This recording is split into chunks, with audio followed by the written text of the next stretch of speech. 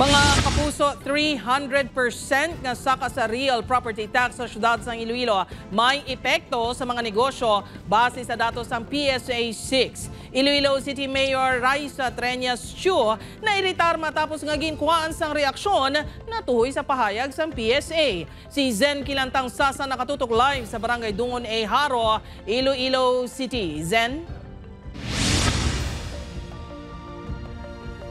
Jert, nagapanghakroy ang mga konsumidor bangod sang padayon nga pagsaka sang presyo sa mga balaklon. Subong man ang mga negosyante bangod sang padayon nga pagpatuman sang real property tax sa Iloilo City.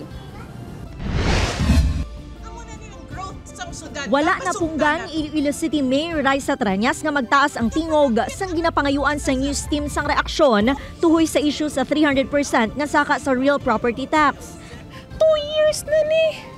Na-issue RPT, tingaga pa naog ang inflation, nga saka ang inflation. Tita ni steady nga nagsaka ang inflation kung iyagid man ni sang RPT? Is it that simple? Kadamo sa mga ekonomista nga mga professionals nagapalapit sa ako. Ma'am, this is too much. This is too much politics that they are doing. Ginaguba nilang syudad. For what expense? Amo na niyang growth sang syudad tapos sugta naton.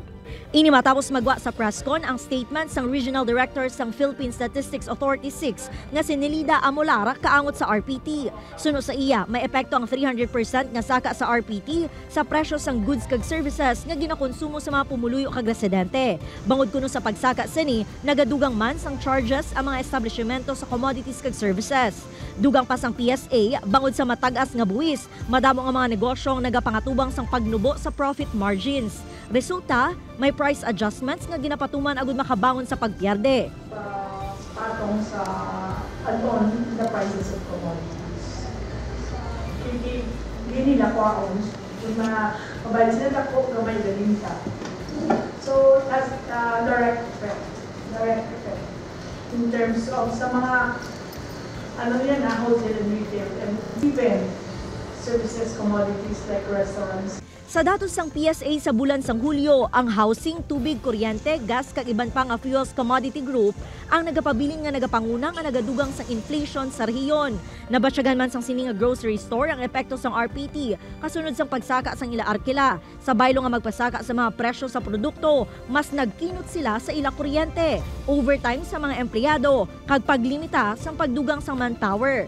Adjustment lang siguro sa other, for example sa mga electricity, kinanglan kami makini para maano namon ang expenses sang lease namon. Kung sang tinalikdan nga duha ka tuig, nagabili ang noodles sang 4 pesos to 5 pesos. Subong yara na ini sa 7 pesos and 65 centavos. Kag ang pinakamahal nga noodles ang mabakal sa 10 pesos and 45 centavos. Aminadong Iloy nga si Jocelyn nga nagakinot sila sang iya pamilya, bangod hindi na masarangan ang pagmahal sa mga balaklon. Kamalon sang tanan may lang kung may ubra ka, kung wala ka ubra, biti. Gutom ka gidi. Sobra na gidi, kataas mo. Isa ka lang kasi mana mo na balaklon. Kasun nga dlaw, taas na naman.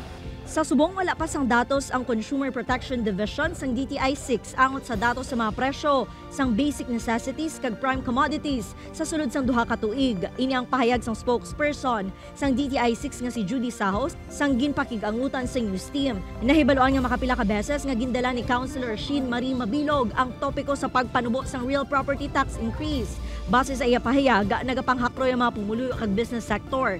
Apang hindi naman makalusot sa konseho ang iya proposed ordinance. Jert, sa latest statement ni PSA Regional Director Nelida Amolara, ginpanginwala sini nga may direktang epekto sa pagsaka sang inflation ang 300% nga real property tax. Jert? Madam, again, salamat sa update. Kapuso Zen Kilantang Sasa.